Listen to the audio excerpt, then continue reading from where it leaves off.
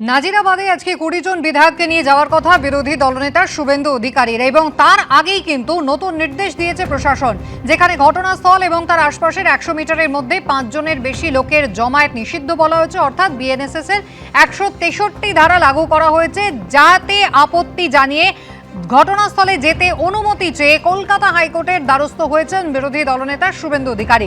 বিস্তারিত জানাবেন আমাদের প্রতিনিধি সৌভিক মজুমদার, সরাসরি আমাদের সঙ্গে রয়েছেন। সৌভিক, কলকাতা হাইকোর্টের কি পর্যবেক্ষণ?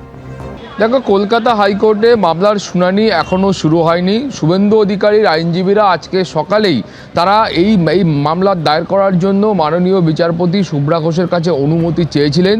সেই অনুমতি কলকাতা হাইকোর্টের তরফ থেকে দেওয়া হয়েছে। এখন মামলা দায়েরের প্রক্রিয়া সম্পন্ন হলে দুপুর 2টো থেকে পূর্ণাঙ্গ বিচার প্রক্রিয়া শুরু হবে।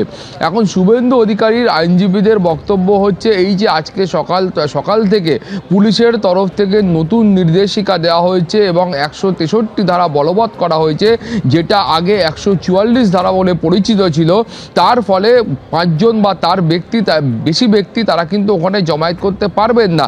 এখন শুভেন্দু অধিকারীর আইনজীবীদের বক্তব্য হলো যে এর আগেও তারা দেখতে পেয়েছেন যে মেয়র ববি হাকিম সহ আরও অন্যান্য যারা তৃণমূল কংগ্রেসের নেতা এবং রাজ্য সরকারের মন্ত্রীরা রয়েছেন, তারা পর্যন্ত ওই ঘটনাস্থলে গিয়ে এর আগে ঘুরে এসেছেন। কিন্তু যখন শুভেন্দু অধিকারীর তরফ থেকে ঘোষণা করা হলো যে তিনি ওই ঘটনাস্থলে যাচ্ছেন, তারপরেই পুলিশের তরফ থেকে এই অতি সক্রিয়তা তারা দেখতে পেয়েছেন বলে তারা অভিযোগ করছেন। ফলে তারা অভিযোগ করছেন যে শুভেন্দু অধিকারী তিনি যেন ওই আনন্দপুরের ঘটনাস্থলে না যেতে পারেন, তার জন্যই পুলিশ এবং প্রশাসনের তরফ থেকে এই পদক্ষেপ গ্রহণ করা হয়েছে।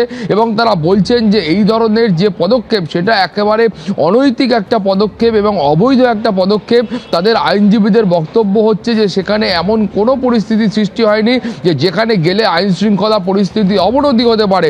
এবং তারা বলছেন যে শুভেন্দু অধিকারী এবং তার সঙ্গে ২০ জন বিধায়ক তারা ওই ঘটনাস্থলে যাবেন, তারা খতিয়ে দেখবেন, তারা পরিবারের সঙ্গে কথা বলবেন এবং যা প্রয়োজনীয় পদক্ষেপ রয়েছে সেটা তারা গ্রহণ করবেন। ফলে এই যে পদক্ষেপ শুভেন্দু অধিকারীর আইনজীবীদের বক্তব্য হলো তিনি গ্রহণ করেছেন, এর ফলে কার করে মানে কী ধরনের অসুবিধা হচ্ছে সেই অসুবিধাটা শুভেন্দু অধিকারীর আইনজীবীদের কাছে স্পষ্ট নয়।